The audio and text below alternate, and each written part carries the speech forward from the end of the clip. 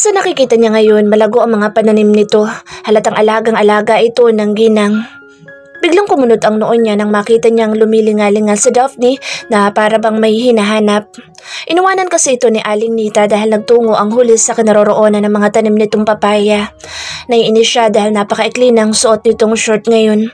Mas mahaba lang yata ito ng konti sa suot nitong panloob. Kitang-kita tuloy ang mahaba at mapuputi nitong mga hita na dapat siya lang sana ang nakakakita. Pinagsabihin niya na nga ito na huwag magsusuot ng napakaikling short pero matigas talaga ang ulo nito. Mabuti na nga lang at silang tatlo lang nandoon. Dahil kung may ibang tao pa silang kasama bukod kay Aling Nita, malamang kanina pa siya napaaway. Medyo nakangiwi na ito ngayon habang palingalinga pa rin sa paligid. Napatakbo tuloy siya sa kanaroroonan nito dahil wala na itong tigil sa kakakamot sa balat nito. Hey, there you are. Kanina pa kita hinahanap. Pahayag niya nang makalapit dito. Kunwari hindi niya alam kung nasaan ito at kung anong ginagawa nito. Kahit na nga kanina pa siya nakamasid sa lahat ng mga kilos nito. May hawak-hawak pa itong mga munggo sa kaliwang kamay na pinitas nito kanina lang. Hindi man lang siya nito tinapunan ng tingin dahil abalang-abala ito sa pagkamot sa balat nito. Hey, what happened? Ano na naman ba kasing ginawa mo? Tanong niya rito. Napansin niya kasing puro na pantal ang katawan nito. Siguro may ginawa kang hindi maganda kaya nagkaganyan ka. Ano naman ang gagawin ko? Namitas lang naman ako nito. Turo nito sa munggo. Ikaw, saan ka ba galing? Wala kang ang ginagawa dyan Sumbat nito sa kanya. My legs are itchy, Joshua. I want to take a bath. Pwede bang umuwi na muna tayo? Anito na walang tigil sa kakakamot. Bakit nangangati ka? Hindi ko nga alam. Napakaikli kasi ng suot mo. Kala mo naman kagandahan yung hita mo para ibalandra mo. Nainis niyang saa dito. Alam na kasing mag-aani ng mga gulay maikling short ang isunuot. Alam mo napakadami mo sinasabi palagi. Hindi naman nakakatulong yung mga lumalabas sa pangat mong bibig. Mataray nitong wika. Inilagay na rin ito sa palad niya ang mga napitas nito. Natatawa siya na naawa sa itsura nito. Kitang-kita ang pamumula ng balat nito dahil makinis at maputi ang balat ni Daphne. Alright, let's go home. Pero kailangan muna natin magpaalam kay Aling Nita dahil pakahanapin tayo noon. Anya habang nakasunod sa babaeng padabog na naglalakad. Malalaking hakbang ang ginawa niya para magpantay sila nito. Hinubad niya rin ang suot niyang jacket at itinali niya iyon sa bewang nito bago niya ito inakbayan. Kahit saan ka talaga magpunta, Daphne, lagi kang malapit sa disgrasya. Puro masasamang bagay ang nangyayari sa'yo. Siguro marami kang kasalanan sa mundo. Alam mo, yung bunganga mo minsan sarap paduguin. Pilit nitong binabaklas ang kamay niyang nakaakbay sa balikat nito pero hindi niya ito hinayaan. Gusto mo bang makaranas ng kamalasan ngayon, ha? Kanina pa ako naiinis sa pagmumukha mo, Joshua, sa totoo lang. Pagkalipas ng ilang minuto tumingala ito sa kanya. Joshua, can we just stay here forever? Tanong nito sa kanya pagkuhan. Ang ganda kasi dito Ang tahimik at saka sariwa ang lahat. Gusto ko rin magtanim ng mga prutas at gulay. Napangiti siya. Ano kaya ang itsura nito habang nagtatanim? Wala siyang tiwala dito. Huwag na, Daphne. Baka mamaya walang mabuhay sa mga itatanim mo. Punong-puno ka ba naman ng kamalasan Pwede ka naman tumira dito. Magtayo ka na lang ng kubo dun sa ilalim ng puno ng mangga. Konti na lang talaga, Joshua. Mamamalasin ka talaga sa akin. Isang-isa na lang. Maayos ako na ikipag-usap sa'yo kaya sumagot ka ng maayos. Tumikim siya habang nakangiti. Kung saan mo gustong tumira, syempre doon din ako. Kung gusto mo dito, edi magpatayo tayo ng bahay. Buong puso niyang pahayag dito. Kung anong gusto mo, yun ang susundin ko. Uunawain kita palagi kung saan ka masaya. Syempre doon din ako. Di nga. Imposible yun. Anumang oras pwede pa magbago yung mga pinagsasabi mo lalo na't hindi mo pa ako lubusang kilala. Baka nga isumpa mo pa ako pagdating ng araw What do you mean? Wala. Kalimutan mo na yung sinabi ko. Yumapos ito sa bawang niya kaya niyakap niya rin ito pabalik. Let's just enjoy the rest of our vacation, okay? Dahil sa susunod na mga araw, babalik na naman sa normal ang lahat. Seryosong pahayag nito na parang may gusto itong iparating sa kanya na hindi niya matukoy kung ano. Nitong mga nakaraang araw kasi napapansin niya sa Daphne. Minsan nakakaiba ang mga ikinikilos nito. Paminsan-minsan kasi makahulugan ng mga binibitawan nitong mga salita. Minsan naman napakalalim ng iniisip nito, pero sa tuwing tatanungin niya, lagi nitong sinasabi na masakit lang daw ang pagkababae nito at pagkatapos noon ay tatawa na ito ng malakas. Hindi na talaga mawawala ang pagiging baliw nito. Huwag naman sanang mahawa na magiging anak nila sa hinaharap. Palagi din ito nagagalit sa kanya sa tuwing may mga babaeng napapatingin sa gawin niya. Samantalang hindi niya naman iyon kasalanan. Ito lang naman talaga ang babaeng tinititigan niya. Pero kahit alam niyang inaatake ito ng kabaliwan paminsan-minsan, lagi naman itong pinapasaya ang puso niya. Ikaw lang naman ang hindi normal eh. Pangaasar niya rito. Sana hindi magmana sa'yo mga magiging anak natin. Parinig niya kay Daphne. Bakit ikaw normal ka? Hiyang-hiya naman ako sa'yo, Joshua. Naputo lang ang pag-aasaran nila nang tumunog ang cellphone niya. Storbo. Bulong na isipan niya. Pinindot niya kaagad ang answer button nang makitang ang kuya niya pala ang tumatawag. Where the hell are you? Kasama mo ba si Daphne? Pasigaw nitong bungad mula sa kabilang linya. Hindi niya alam kung baliw na rin ba ang kapatid niya dahil lagi na lang nitong tinatanong kung kasama ba niya si Daphne. May problema ba kuya? Salip ay tanong niya. Hindi mo pa sinasagot ang tanong ko. Are you with Daphne? May diin itong tanong sa kanya. Sumayin niya si Daphne sa kanya na sabihin niya raw sa kuya niya na magkasama sila para hindi na ito mag-alala pa. Yes. Pag-amin niya. Kasama ko siya. Bakit kuya? May problema ba? Nasaan kayo ngayon? Anong ginagawa niyong dalawa? Kailan niyo balak umuwi? Sunod-sunod itong tanong sa malakas na boses. Dito sa townhouse ko. Uuwi na rin kami kuya. May problema ba sa kumpanya? I told you to stay away from her, right? Eh bakit ngayon magkasama na naman kayo? Huwag mo sabihin sa akin na may nangyari na sa inyo, Joshua. Malilintikan ka sa akin. Oh, what? Nabigla siya sa huling sinabi nito. Well, my bad. Dahil nakuha ko na ang babaeng laging bukang bibig mo, kuya. Ang isang bahagi ng utak niya. Ano naman kung may nangyari na sa kanila ni Daphne? Di kaya may gusto rin ang kapatid niya kay Daphne? Kung may gusto ang kapatid niya kay Daphne, hindi siya papayag na maago ito ng kapatid niya. I want to talk to her. Ibigay mo nga yung cellphone sa kanya, Joshua. Ang babaeng yan talaga pinapainit ang ulo ko. Ano bang ginawa niya sa'yo, kuya? Bakit parang galit na galit ka? May ginawa ba siyang masama sa'yo? Tanong niya sa nakatatandang kapatid dahil baka sa boss na ito ang matinding galit para kay Daphne. Just do what I say. Ibigay mo sa babaeng yan ang cellphone mo. May ginawa bang masama sa Daphne, kuya? Ano bang ginawa niya? Paulit-ulit niyang tanong pero hindi siya nito sinasagot. Just give her your phone. Patong-patong ng kasalanan niya sa akin. Angil nito.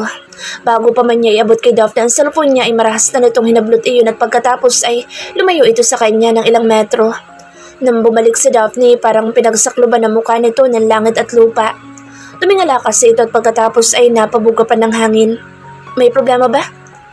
Hindi napigilan niyang tanong dito. Wala akong problema pero yung baliw mong kapatid meron. Bukas bumalik na tayo sa Maynila, Joshua. Nakakainis talaga. Gusto ko nga sa susunod na buwan na lang tayo umuwi. Kaya lang hindi naman pwede. Irritable nitong wika sa kanya. Napangiti siya. Don't worry. Pwede naman tayong bumalik dito kung kailan mo gusto eh. Paninuguro niyang pahayag dito. Kapag nakauwi na sila ni Daphne sa Maynila, kakausapin niya ang kapatid niya. Kung umakto kasi ito, may pag-aaral nito si Daphne samantalang siya itong mas may karapatan. O baka naman kasi may ginawa itong masama sa kuya kaya galit na galit ang kapatid niya. Pareho kasi may mga salti kaya siguro ganoon. Hindi mga magkasundo. Saan ka nang galing? Tanong sa kanya ng daddy niya pagdating niya sa mansyon nila. Hinalikan niya ito sa pisngi at umupo siya sa silya na malapit sa kanaupan nito. Sa labas? Sagot niya sa ama sa patanong na tono. Dahil sa labas naman talaga siya nang galing. Umismi dito sa kanya dahilan para mapangiti siya. Kapag kasi umiismi dito magkamukha ito at saka ang kuya, Jaime niya. Ngayon niya lang din napansin na nandoon din pala ang kuya Jaime niya at si Ethan na tahimik lang habang nagmamasid. Tinawagan kasi siya ng daddy niya kanina na kailangan niya raw umuwi kaagad dahil may mahalaga daw silang pag-uusapan. Kaya kahit kadarating lang nila ni Joshua galing sa townhouse nito sa probinsya ay kaagad siyang napasugod. Inaantok na nga rin siya dahil sa buong biyahe nila, mulat na mulat ang dalawa niyang mga mata. Dahil baka makatulog si Joshua sa haba ng biyahe. Binabantayan niya kasi ito habang nagmamaneho. Nagpresenta pa nga siya na magsalit-salitan sila sa pagmamaneho pero ayaw nito dahil baka raw hindi pa man sila nakakalayo ay sumalpok na ang sinasakyan nila kung siya ang magmamaneho. Kaya naman buong biyahe na lang sila nag-uusap ng kung ano-ano para hindi ito antukin sa pagmamaneho. Lumapit ang kuya Jaime niya malapit sa pwesto nila. Saan ka galing? Tanong naman ng kapatid niya na halos pareho lang sa naging tanong ng kanilang ama. Sumagot ka ng maayos dahil hindi ako natutuwa sa mga pinagagagawa mo. Mahina ngunit may diin itong wika sa kanya. Joshua's condo. Balwala niyang sagot dito. Nagsalubong ang mga kilay nito. Joshua's condo? Sigurado ka? Ilang araw na akong pabalik-balik sa condo unit ni Joshua pero walang tao doon. Nagbakasyon kami, kuya. Pag-amin niya. Di ba alam mo naman na magbabakasyon kami? Tumawag ka pa nga nung nandoon kami, di ba? Alam naman kasi nito na nagbakasyon silang dalawa ni Joshua dahil tumawag pa nga ito sa kanila noong nandoon pa sila. Ang bilis naman yata nitong makalimot. Sabagay may edad na rin naman kasi ang kapatid niya. Bakit hindi ka nagpaalam sa amin na aalis ka pala kasama si Joshua? Na magbabakasyon pala kayo ng ilang linggo, ha, Daphne? Hindi mo man lang ba naisip na may mga tao nag-aalala sa'yo? Nakakapanibago talaga. Bakit ba kasi puro lalaki na sa paligid niya? Tapos itong mga lalaking kasama ang hihigpit pa. Dahil bukod sa ama, lagi na rin itong nakabantay sa bawat kilos niya. Kung hindi ko pa tinawagan si Joshua, hindi ko pa malalaman na magkasama pala kayong dalawa. Sikmat nito sa kanya. Oo nga. Sabat naman ni Ethan. Para kung walang pamilya, Queen. Alam mo bang wala kami maayos sa tulog dahil sa pag-aalala sa'yo? Hindi rin kami makakain ng matano. Goodness, Queen. Ganyan ka na ba talaga? Nasaan ang puso mo? Wala ka talagang konsensya. Nagdrama na naman sa gago. Inirapan niya ito dahil halata sa pangit itong pagmumukha na pinipigilan itong mapahagalpak ng tawa. Di wow. Sa itsura mong yan, wala ka pang matanong tulog? At ano sabi mo? Wala kang matanong kain? Tigilan mo nga ako sa drama mo, Ethan. Dahil kilala ko yung pagkatao mo. Nakangiti ngayon si Ethan samantalang ang daddy niya at ang kuya niya ay nakasimangot. May relasyon ba kayo na Biliana? Walang paligoy-ligoy na tanong ulit ng daddy niya maya-maya. Wala po, Dad. Mabilis niyang sagot sa ama. Dahil sa naging tugon niya, nagkatinginan ang daddy niya pati na ang kuya, Jaime niya. Sa Ethan naman ay natatawa habang napapailing pa. You're lying. Pahayag ng kapatid niya. Kagaya na inaasahan niya, mas mahigpit pa talaga ito kasi sa daddy niya. May nangyari na sa inyo, ni Joshua, di ba? Tanong nito na para bang alam nito ang lahat at hinihintay lang na umamin siya. Kung sasabihin mo sa akin na wala pa nangyayari sa inyong dalawa ni Joshua, ay hindi ako maniniwala. What are you talking about, kuya? We're sleeping on the same roof. Yes, pero walang nangyayari sa amin ni Joshua. Pilit niyang nilalabanan ang masamang titig ng kapatid niya. Nakakahiya kasi kapag nalaman ng mga ito na paulit-ulit nang may namagitan sa kanila ni Joshua. Kung gusto mong malaman ang totoo, edi tanungin mo si Joshua. Kampante niyang sagot para hindi nito mahalata na nagsisinungaling siya. 100% ang paniniwala niya na kahit tanungin nga nito si Joshua, hindi iyon magsasalita. Natawa ito ng pagak. You're lying, my dear sister. Tumingin ang kuya niya sa daddy nila. Kausapin mo si Joshua, Dad. Hindi ko pa kasi siya pwedeng sitahin ngayon dahil humahanap ako ng tamang tiyempo para sabihin na hindi kami totoo magkapatid. For now, ikaw na muna bahala. Wika nito habang sa kanya nakatingin. Copy, Sen. Matipid na sagot ng kanilang ama. Pagkasabi no tumayo na ang kapatid niya dahil may dadaluhan pa raw itong pulong. Pero bago tuluyang umalis ay humarap ito sa daddy nila. Kausapin mong maigi si Joshua, Dad, kung anong balak niya kay Bunso. I know him, Dad. Marami ng babae ang nagdaan sa buhay ng hilaw kong kapatid kaya hindi malabong ganoon din ang mangyari kay Daphne. Payag nito sa daddy nila. Pagbantaan mo kung kinakailangan. Kakausapin pero may pagbabantang magaganap. Baliw talagang kapatid niya. Nang makaalis ang kuya niya, saka lang siya nakahinga ng maluwag. Mabuti na lang talaga at hindi pa sila nagsasama nito sa iisang bubong. Dahil kapag nangyari na iyon, siguradong yari talaga siya. Baka ultimo pagpunta niya sa bahay niyo ay nakabantay ito. Kapag lumipat na ang kapatid niya dito sa mansyon nila, siguradong mas lalo siya nitong paghihigpitan. Nang mawala na sa paningin niya ang kapatid, saka lang nagsalita ang kanyang ama. Gusto ko makausap ng personal si Biliana. Invite him for dinner. Maotoridad nito utos sa kanya. Ang tinig ng ama ay halatang nagtatampo sa kanya. Umiling-iling siya. Huwag na po, Dad. Saka na lang po. Kilala niya kasi ito. Baka pagbantaan talaga nito ang buhay ni Joshua. Nerbiyoso pa naman ang lalaking iyon. Siguradong mapapatakbo si Joshua sa takot kapag tinutukan nito ng baril ng kanyang ama. Then choose. Iimbitahan mo ba ang lalaking iyon o ako mismo ang pupunta sa kumpanya noon para makapag-usap kami? Now choose. Because I won't wait for any longer. Ano ito sa malamig na tinig. Bukas na bukas din. Gusto kong papuntahin mo siya dito para makausap ko siya. Kung ayaw mo, then you need to face the consequences. Dad, please.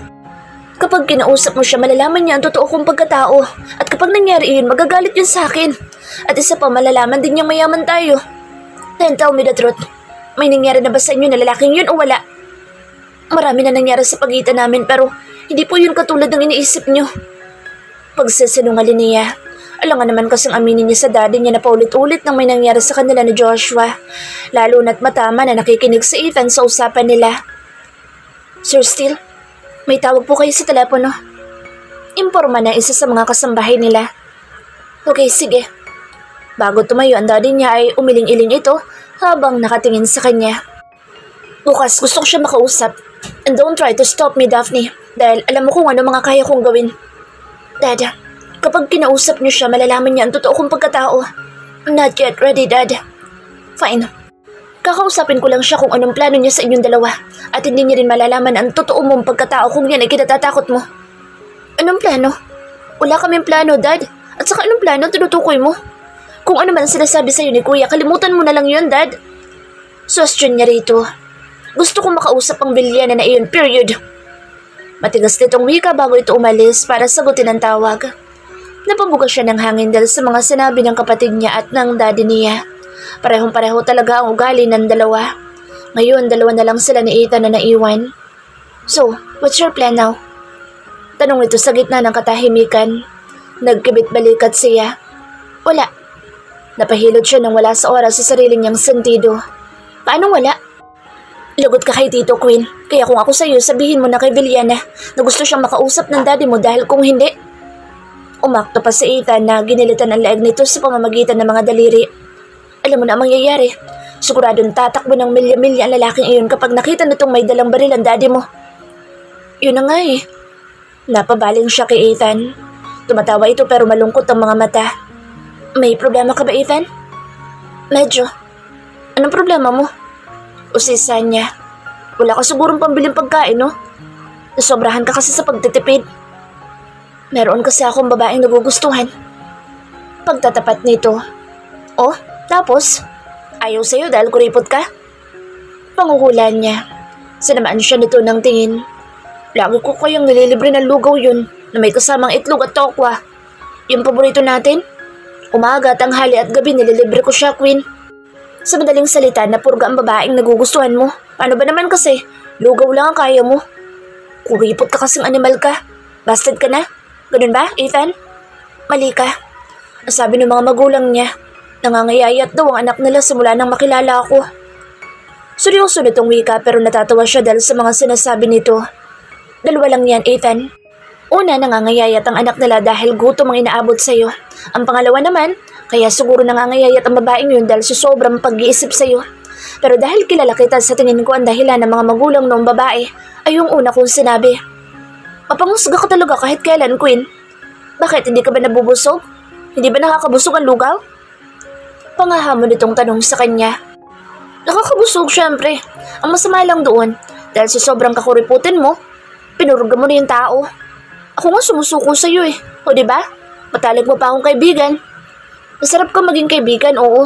Kaya nga lang, walang magtatagal sa'yo dahil kapag nanatili sila sa tabi mo, ulcer nga abutin nila. Kaya kung gusto mong may tumagal sa'yong babae, baguhin mo yung strategy mo. Payo niya rito. Maya-maya narinig niyang nag-ring ang hawak nitong cellphone. Si Michelle, tumatawag. Saan nito bago nito pinindot ang answer button? Papunta na ako dyan. Sige. Ilang lugaw? Ganun pa rin ba? Special lugaw with egg? Okay, darling. Bye. Tumingin ito sa kanya. Alis muna ako, Queen. Seryoso ka? Saan? Kunot noon itong tanong. Wala, sige. Bilhan mo na siya ng lugaw. Kuripot ka talagang animal ka. Hinalikan mo na siya nito sa noo bago ito patakbong umalis. Napapalatak siya habang pinapanood itong papalayo. May sarili din kasi siyang problema. At yun ay ang nalalapit na paghaharap ni Joshua at ng daddy niya.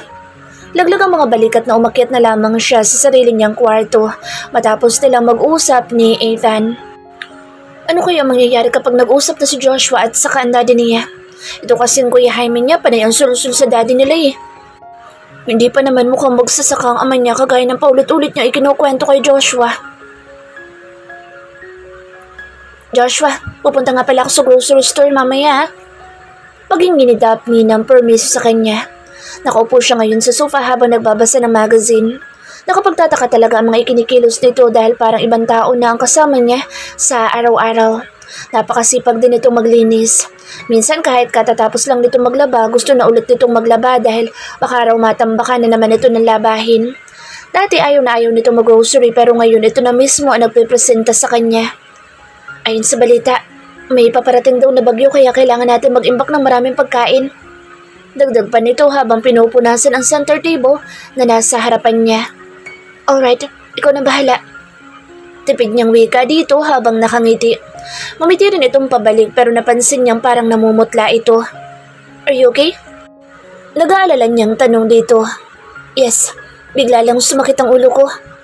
Huminto muna ito sa ginagawa at napahilot ito sa sarili nitong sentido. Take a rest. Hindi na muna ako papasok ngayon para may kasama ka. Tumayo siya para alalayan itong makaupo sa sofa. Kalaunan ay pinahiga niya ito habang ang ulo nito ay nakauna na sa kandungan niya. Are you alright? Ano bang masakit sa'yo? Itong ulo ko. Napapansin ko lagi na lang ito sumasakit. Tugon nito, kaya marahan niyang hinilot ang sentido nito para kahit paano mabawasan ang sakit na iniinda nito ngayon. Take a rest. Ako na lang pupunta sa grocery. Tumango naman ito habang nakapikit. Doon ka na lang sa kwarto magpahinga para komportable ka. Pinaupo niya muna ito bago niya binuhat na parang bagong kasal para dalhin sa silid niya. Mas magiging komportable kasi ito doon kumpara sa sofa. Maingat niya ito inilapag bago niya inayos ang pagkakahiga nito. Joshua, huwag ka nilang pumasok. Matulog na lang tayo. Ayoko mag-isa rito. Angot nito. Kaagad naman siyang pumayag sa sinabi nito. Hindi rin naman kasi siya makakapagtrabaho ng maayos. Dahil baka minuminuto isipin niya ang kalagayan nito. Sige, magpahinga ka na lang muna dito at ako nang pupunta sa grocery. Tapos bibilhan na rin kita ng gamot. Mag-utos ka na lang sa iba, Joshua. Samahan mo na lang ako dito. Wika nito habang matama na nakatitig sa kanya. Dahil sa sinabi nito, itinawagan niya na lamang ang dalawa niyang kaibigan para makisuyo. Nang pumayag ang mga ito ay ibinaba niya na kaagad ang tawag para tabihan si Daphne. Nakapikit na ito ngayon habang yakap-yakap nitong isang unan. Sinalat niya anoon ito para alamin kung may sinat ito pero wala naman. Baka dala lang iyon ng puyat dahil lagi itong maagang gumigising na isa sa mga ipinagtataka niya. Kahit naman tanghali na itong magising, hindi niya naman ito pagagalitan. Minsan nga hindi rin ito pumapasok sa vinat pero hinahayaan niya lang. Ayaw pa kasi nitong sumabay sa kanya sa tuwing papasok siya. May dahilan naman kasi si Daphne kaya tanghali na itong gumising. Yun ay dahil kasalanan niya. Pinupuyat niya kasi ito at pinapagod lalo na sa gabi. Umupo siya sa kama at mariin niyang tinitigan ang babaeng nakahiga habang nakapikit. Napangiti siya sa tuwing maalala niya kung paano ito magmakaawa na dahan-dahanin niya lang ang pagkilos sa tuwing inaangkin niya ito. Nagugutom ako, Joshua. Anito na ngayon ay mulat na ang mga mata at nakatitig pa rin sa kanya. Ano bang gusto mong kainin? Tanong niya habang hinahaplos-haplos ang malambot nitong buhok. Ipagluluto kita ng gusto mong pagkain ngayon. Gusto kong kumain ng adobo at lagyan mo ng maraming sili. Request nito na may kasamang paglalambing. Gusto ko rin ng burger and spaghetti. Ngumiti naman siya bago tumangutango dito. Sige, ipagluluto kita ng adobo kung yun ang gusto mo. At bibilihin din natin yung burger at spaghetti. Yan lang ba? At dahil wala pa naman ang mga kaibigan na inutusan niyang mamalengke, humiga muna siya para tabihan si Daphne. Hinalikan niya muna ito sa noo bago niya iniangat ang ulo nito at pinaunan sa sarili niyang braso. Joshua? Untag nito. Nakatagilid ito habang mahigpit ang pagkakayakap sa kanya. May itatanong ako sa'yo. Ano yun? Magagalit ka ba sa akin kapag nalaman mong nagsinungaling ako sa'yo? Probably. Paano kung may malalim akong dahilan kaya ako nagsinungaling? Tumagilid siya ng higa para magkaharap silang dalawa ni Daphne. Alam niya kasi may pinanggagalingan ng mga sinasabi nito dahil seryoso itong sinasabi iyon.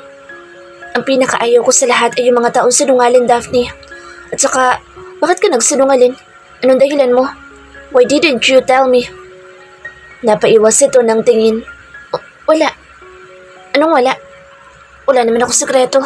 Hindi ako magsisinungaling sa'yo dahil yun pala ang pinakaayaw mo sa lahat. Yeah. By the way, Joshua, Kailan nga pala ang birthday mo? Next month. Why? Exact date. 27. Sa 27 pala, madadagdagan na naman ang edad mo. Matanda ka na talaga. Pasalamat ka, gwapo ka dahil kung hindi kita magugustuhan kahit konti. Halos pabulong nitong wika na umabot naman sa pandinig niya. Kahit masama ang pakiramdam nito ay nakukuha pa rin itong mga insulto. Ano ibig mo sabihin? Na kung pangit ako, wala na akong puwang dito sa mundo? Na walang magmamahal sa akin, ganun ba, ha, Daphne? Sunod-sunod niyang tanong dito sa pasupladong tono. Oo, mas gwapo pa nga sa'yo si Kuya Jaime. Pinisil pa nito ang ilong niya. Ilong lang talaga nagdadala sa'yo, kaya ka nagiging gwapo.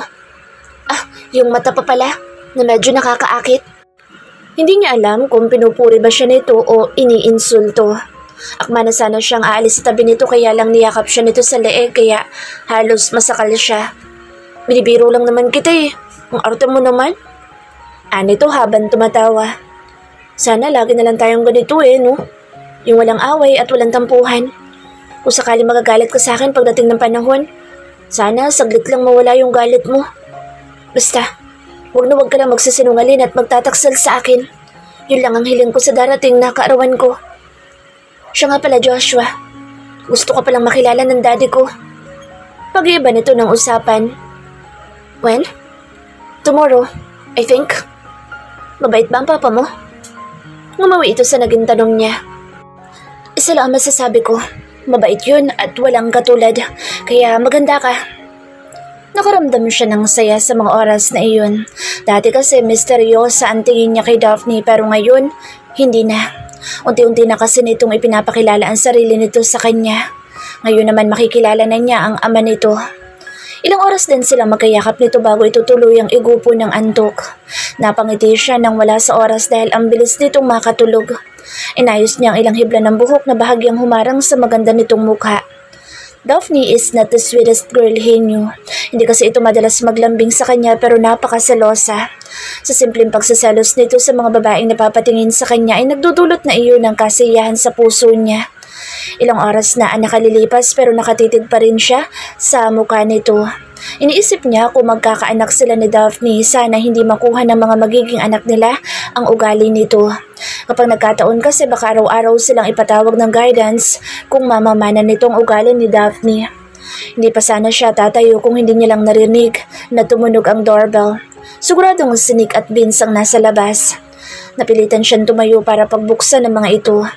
Magluluto na rin muna siya ng kakainin nila ni Daphne bago niya ito gisingin ulit. Sana lang tama ang mga pinagbibili ng dalawa. Pinadjuran niya lang kasi ang mga inilista ni Daphne at pinadala niya sa messenger ng 2 kumag. Napabalikwas si Daphne mula sa pagkakahiga nang maramdaman niyang may bumuhos ng malamig na tubig sa kanyang muka. Halos lumipad ang kaluluwa niya dahil sa sobrang gulat. Nabaling ang atensyon niya sa babaeng tumatawa sa mga oras na iyon na walang iba kundi si Carmina. Demonyo talaga ang babaeng ito kahit kailan. Masakit pa naman ang ulo niya. Halos araw-araw niyang nararamdaman na para itong binibiya kaya gustong-gusto niya na lang na humilata. What's wrong with you? Nanggagalaitin niyang tanong dito. Demonyo ka talagang babae ka? Wala ka talagang magawa sa buhay mo no? Mukhang may masasaktan yata ngayon na. Anong ginagawa mo dito sa kwarto ni Joshua? Anong karapatan mong matulog dito? Tanong nito habang nakapamewang. Ang kapal naman ng mukha mo. Ako lang may karapatan matulog dito dahil fiancé ako ni Joshua. Buliyong nito sa kanya. Ngumisi pa ito na para bang isa ito sa mga kontrabida sa pelikula. Anong pakalam ko kung fiancé ka ni Joshua? Bakit mag-asawa ba kayo? Pag-aari mo ba itong condo unit niya? Ngumisi rin siyang pabalik at kalaunan ay umiling-iling pa. Alam mo ba na ilang beses nang may nangyari sa amin? Kung ikaw ang fiancé niya, dapat ikaw ang kasama niya ngayon dito at katabi niya lagi sa pagtulog. Napaisip pa siya, kunwari. O baka naman ikaw lang ang nakakaalam na fiancé ka ni Joshua pero si Joshua, hindi alam na fiancé ka pala niya. Don't be ambitious, woman, dahil baka ikamatay mo yan kapag hindi kayo nagkatuluyan. Pangi-insulto niya. At saka, nasaan ang singsing mong demonyo ka? O diba wala?